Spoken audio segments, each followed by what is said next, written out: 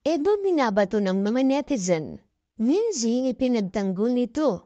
Mga netizen nakatiking ng masasakit na salita, halaka.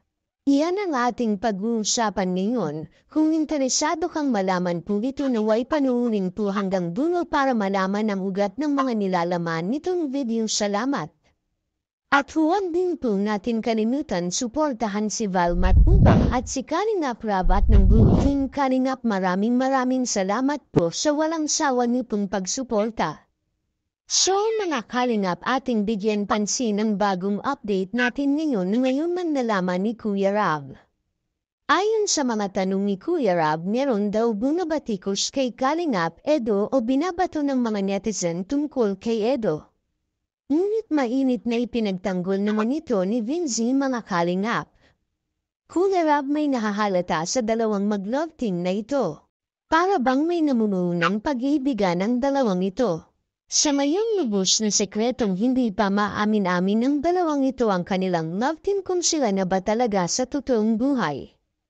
Ngunit hindi pa masagot-sagot ang mga tanong ni Kuya Rab sa kanilang dalawa at tanging sekreto pa lamang. Dahil siguro ay hindi nila masagot-sagot ang mga tanong na iyan dahil sa pangbabatikos ng mga inilan nating mga netizen kay Kalingap Edo. Minabato ng wala namang ginagawang masama ang binata. Bagkus hindi naman niya sinasaktan si Vinzy at pinababayaan. Dahil daw kamo sa hindi sila bagay ni Vinzy na mag-on.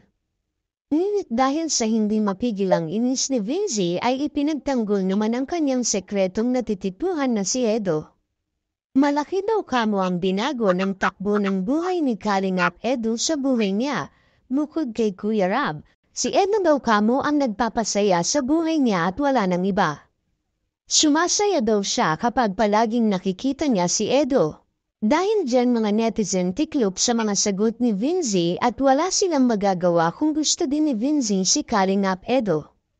Sunod na lamang tayo sa kagustuhan ng dalaga dahil si Edo daw kamo ang number 1 na nagpasaya sa kanya ng ganito.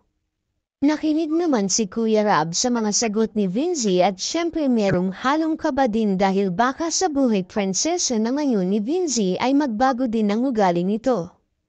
Ika naman ni Vinzy ay hindi mangyayari iyan dahil ang pagmamahal niya sa Kalingap ay totoong-totoo. Kahit na yumaman pa siya at umasenso sa buhay, nasa Kalingap pa rin ang puso niya at hindi magbabago. Dahil ang pagtulong ng Kalingap sa kanya ay siyang bumago sa buhay mahirap nila noon. Kaya labis din ang pasasalamat niya sa Kalingap sa pagtulong at syempre sa love team ng Edsy Lover na ayaw na masira ang tambalan nila dahil malaking tulong at pagbabago sa buhay ni Vinzy at ni Edo ngayon. Maraming nagmamahal at walang sawang nagsusuporta sa kanila hanggang ngayon labis na mahal talaga sila ng mga netizen at syempre ang sponsor din natin. So mga Kalingap, hanggang dito na lamang po ang ating update na way nagustuhan niyo po.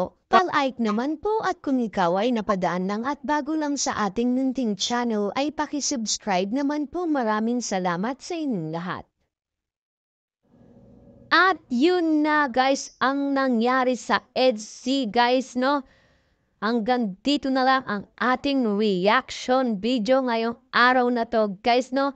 At kung bago ka pa lamang sa aking YouTube channel, please like and subscribe na rin po at pakipindot na rin po ang notification bell button para updated po sa mga ilalabas nating mga reaction video mga Kalingap, no?